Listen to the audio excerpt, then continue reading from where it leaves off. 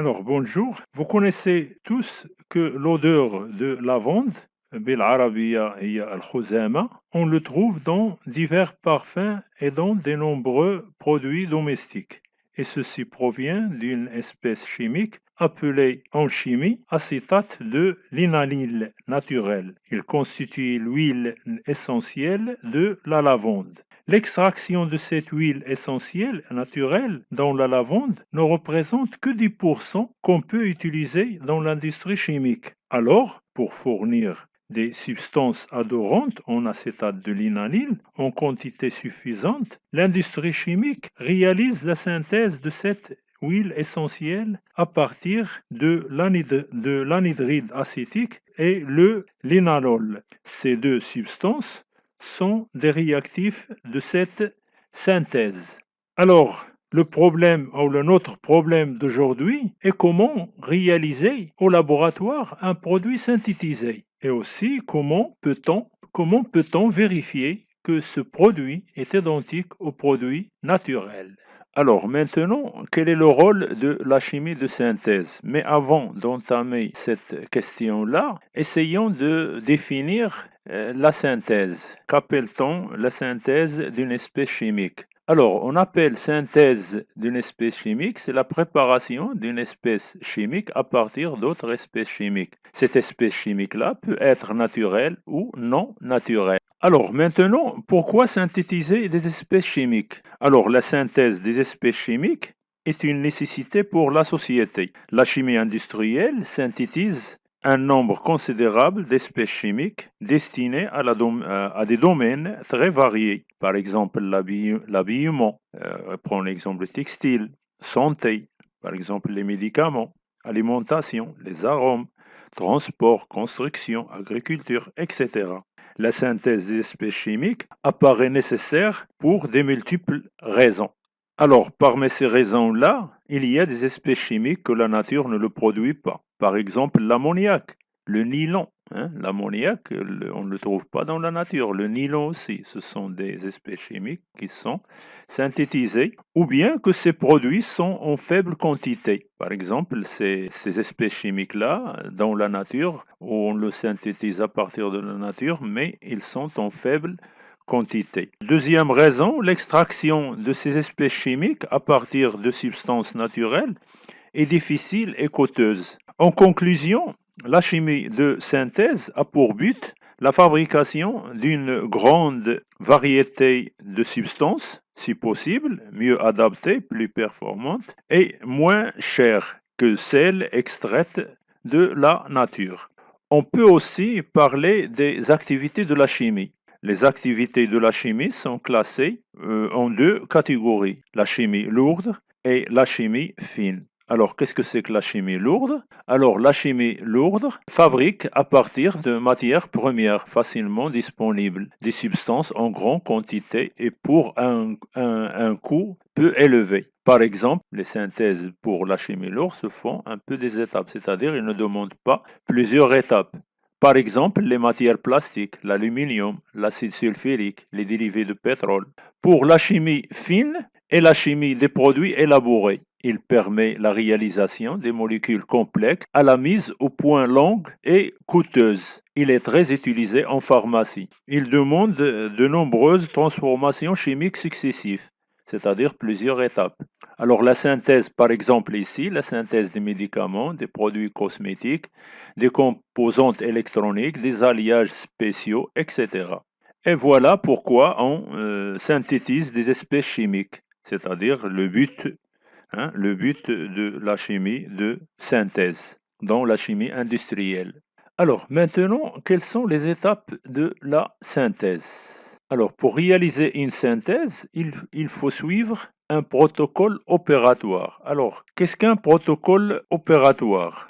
Bon, un protocole opératoire précise premièrement la nature et les quantités de réactifs nécessaires. Deuxièmement, les consignes de sécurité à respecter pour manipuler les espèces chimiques utilisées. Troisièmement, le montage réactionnel à utiliser. Quatrièmement, la suite des diverses opérations à effectuer pour réaliser avec le meilleur rendement possible la synthèse souhaitée. Alors pour nous, pour réaliser la synthèse d'un produit, par exemple, on veut réaliser un ester odorant, on peut utiliser comme montage, c'est-à-dire le montage réactionnel qu'on va utiliser, c'est le chauffage à reflux. Alors je vous présente ici le montage à chauffage à reflux, qu'il est constitué par, premièrement, un support élévateur, deuxièmement, pour régler la température, un chauffe-ballon, un ballon qui contient un mélange réactionnel. Et ici, il y a aussi les pierres ponces. On verra bien quel est le rôle de ces pierres-là. Un réfrigérant à eau, ou on appelle aussi condenseur à eau, qui est vertical dans ce cas-là, et on verra bien, c'est-à-dire quel est le rôle de réfrigérant à eau.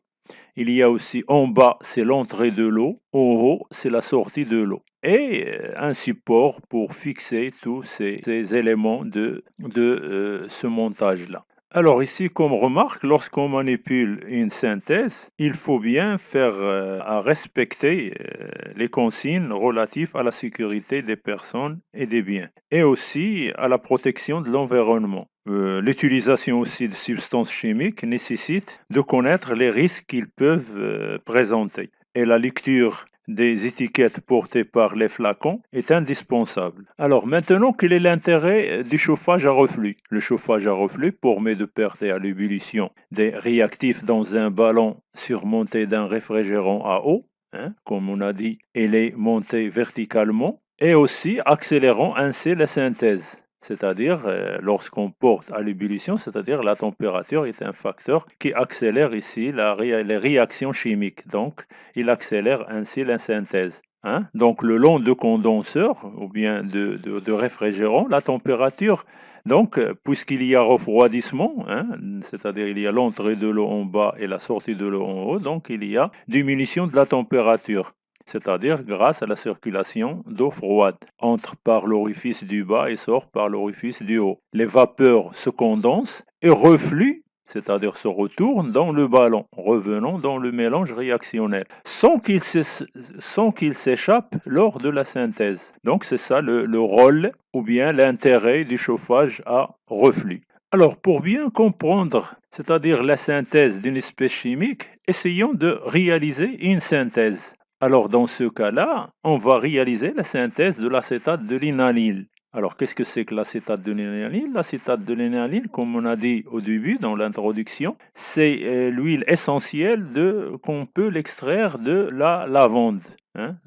يعني يمكن لنا نستخرجوه من الخزامة. Alors, comme produit chimique, l'acétate de linalyle, qui a pour formule chimique C12H20O2, se forme par une réaction entre le linalol, qui a pour formule chimique C10H18O, et l'anhydride acétique. C'est un anhydride acétique C4H6O3. Donc la réaction de cette synthèse-là, on peut l'écrire tout simplement C10H18O plus C4H6O3. Il me donne l'acétate de linalyle C12H20O2 plus C2H4O2. Alors ici, c'est un acide, c'est l'acide acétique. Bon, préparation de l'acétate d'alinyle. Donc on va préparer de l'acétate de linalyle. Donc, sous la hotte, muni des gants et de lunettes, et à l'aide de la même éprouvette graduée, placez successivement dans le ballon 5 ml de linalol et 10 ml d'anhydride acétique. Ce sont les réactifs avec lesquels on va préparer notre produit qui est l'acétate de linalyle.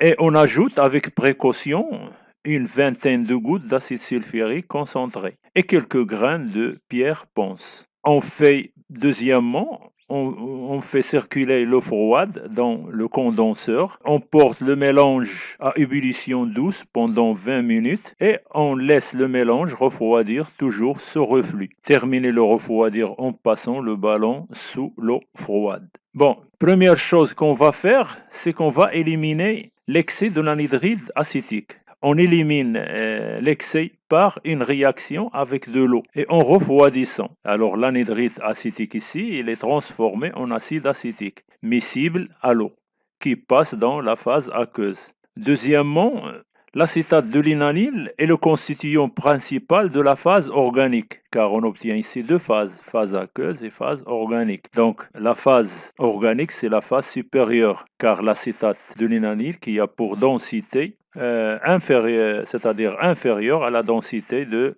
la solution aqueuse qui contient de l'eau. On verse le mélange dans une ampoule à décompter, on laisse reposer et on écarte la phase aqueuse et on conserve la phase organique dans l'ampoule à décompter. On élimine l'acidité restante en ajoutant avec précaution une solution d'hydrogénocarbonate de sodium jusqu'à ce que l'effervescence cesse.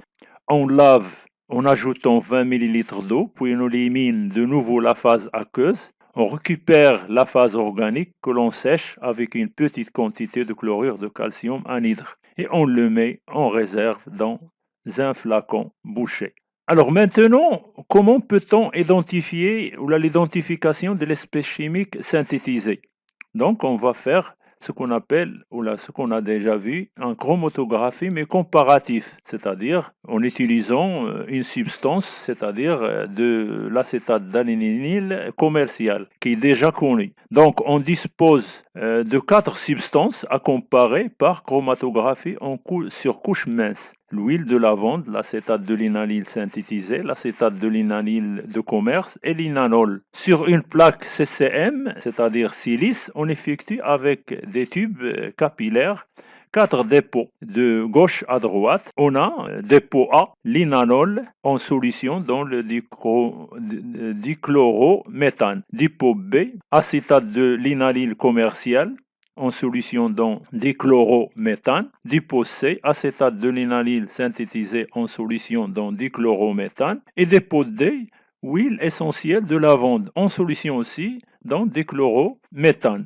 Ici, vous voyez bien que le dichlorométhane, c'est un solvant. Hein. C'est le solvant qu'on a utilisé dans notre chromatographie. On place la plaque dans la cuve à élion préparé. L'élion est dichlorométhane. Quand l'élion est suffisamment élevé, on sèche la plaque et on introduit dans une petite cuve du sable et de d'iode. C'est-à-dire, c'est pour faire la révélation. C'est-à-dire, on effectue ainsi la révélation.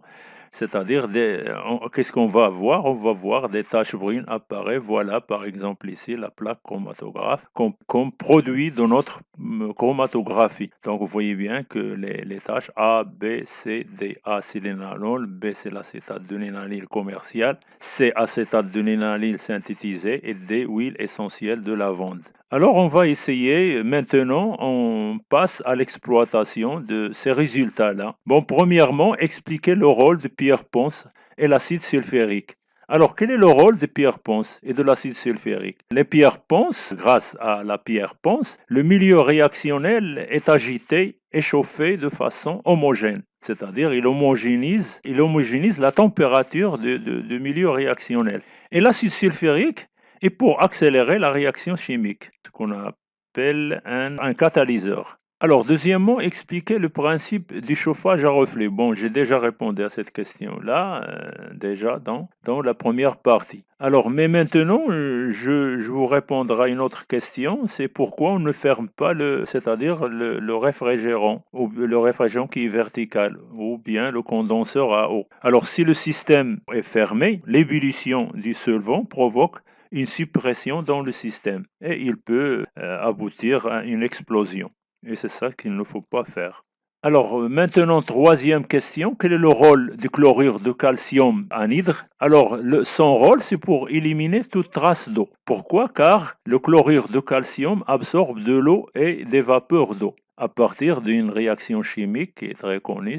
Alors maintenant, quatrième question, citer 2 espèces présentes dans l'huile essentielle de lavande. Pour répondre à cette question-là, retournons à notre chromatogramme.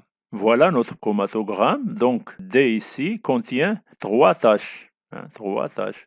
Donc, D, qui est huile essentielle de lavande, il contient les deux espèces chimiques. Il y a B, ici B, c'est acétate de linalyle commercial, et aussi acétate de linalyle synthétisé. Voilà, ils sont identiques. Hein.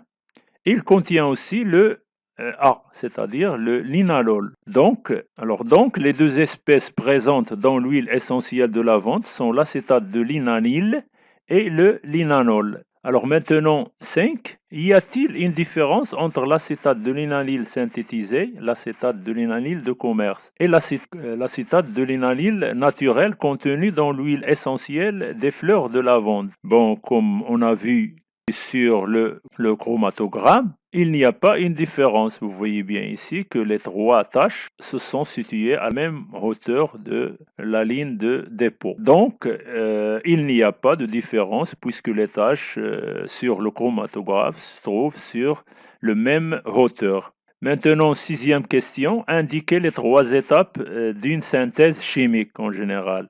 Alors ici, j'explique. Une synthèse consiste à synthétiser par une transformation chimique, une espèce chimique à partir de matières premières qui ce sont les réactifs. Donc on dit que la transformation des réactifs en produit. Deuxième chose, c'est que le traitement du milieu réactionnel pour extraire les espèces chimiques synthétisées.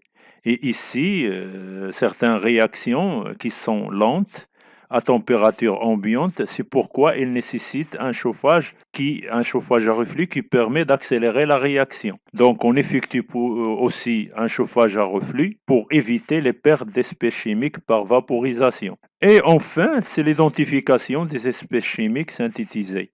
C'est-à-dire cette identification se fait par une chromatographie. On réalise une chromatographie des produits obtenus par la synthèse pour vérifier qu'on a bien du produit qu'on souhaite. Par exemple, ici pour nous, c'est l'acétate de linanyle. Et merci et à la prochaine vidéo, Inch'Allah.